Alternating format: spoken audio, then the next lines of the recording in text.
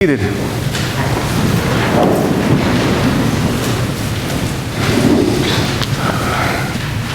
Teacher, what is the most important commandment? Now, if you're familiar with Jewish tradition, in the Torah, there are 613 commandments. 36 pages of commandments. They range anywhere from how to respect the name of God, to family, employees, and even ritual purity and wars.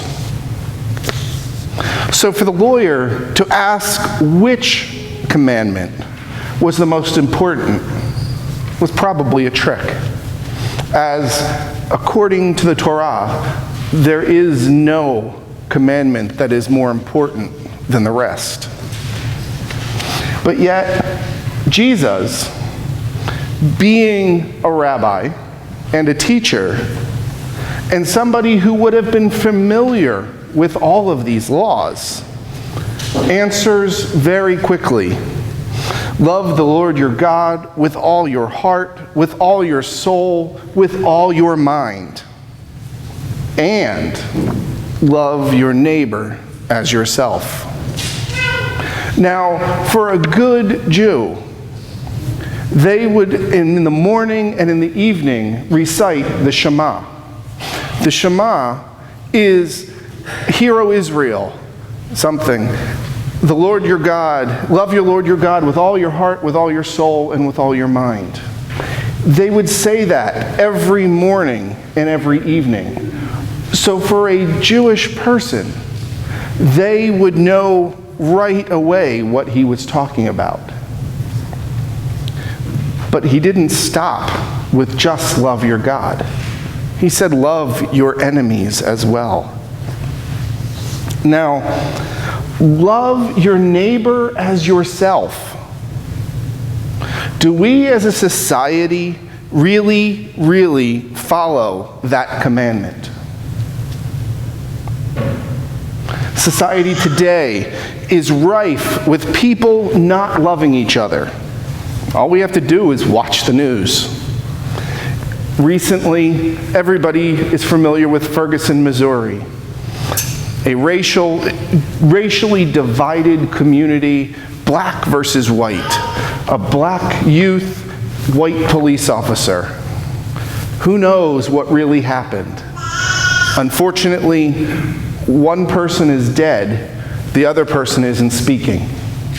We can only hope and pray that reconciliation will come from that. If you watch the news in Pennsylvania, we have a governor being elected next week. And Governor Corbett versus Tom Wolf.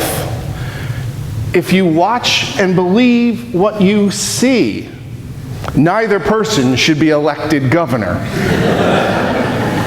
Because neither of them are loving your neighbor as yourself. Now, we all know one of them is going to win, okay? And it's not about politics. It's not about who's right and who's wrong.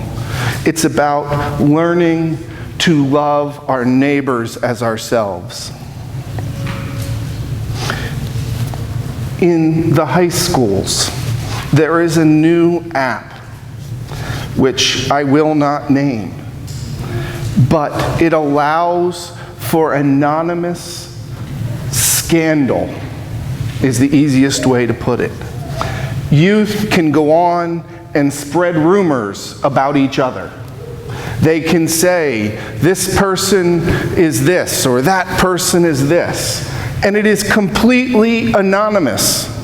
Nobody knows who wrote it. It is detrimental to formidable teenagers. There are many suicides of our youth linked to that app because it may be the last straw for a youth already struggling. Is that loving our neighbors? In church, we have issues.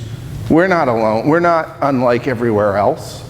If you listen to the church in a seminary in New York City, there was just a huge issue about clergy, about professors versus administration. And the professors, tenured faculty, were fired. That went on for weeks. There are issues in churches over homosexuality, over marriage, civil unions, blessings. Do we allow them or we don't allow them? It's not about who's right and who's wrong in those issues, because we all have valid opinions. It's about loving our neighbors and coming to a table to talk civilly with each other about our issues.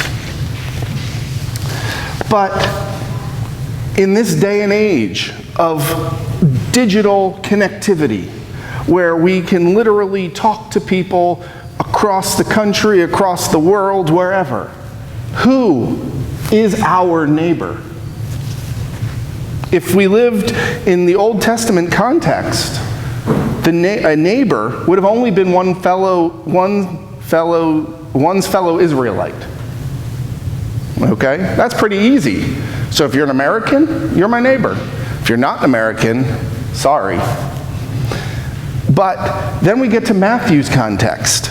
And in Matthew's context, Jesus has opened up the idea of neighbor to include our enemies, those people that we don't get along with. How do we learn to love our neighbor as ourself if we don't want to love our enemies? Now, there's a bigger picture problem with this.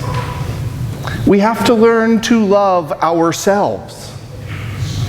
We are bombarded with, my body isn't good enough. I don't look like the model on TV. I don't drive the right car. I don't live in the right house. Maybe I don't live in a house at all. Those are things that cause people to not love ourselves, to not love themselves. How can we love a neighbor if we don't care enough to love ourselves? Now, we were all created in God's image. All of creation is God. So therefore, not only the second commandment that we hear today, but the first commandment tells us to love creation. Love God with all our hearts, all our minds, and all our souls. That is everything around us.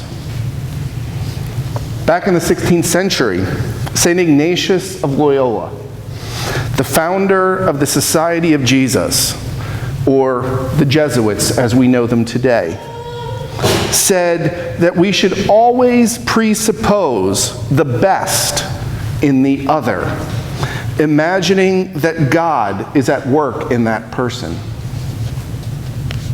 Imagine that everything and every person you met, you thought you were looking at God. How could we not love each other? But more than thinking about God in that person, think about if we can find the best in that person, whether it be our enemy or our friend, that we may then be able to reflect upon the best in each of us.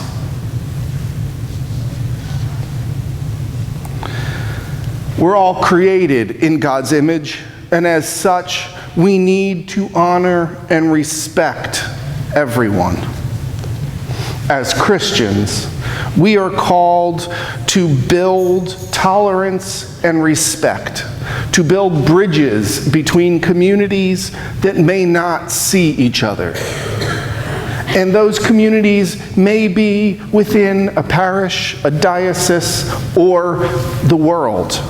That is our call as Christians.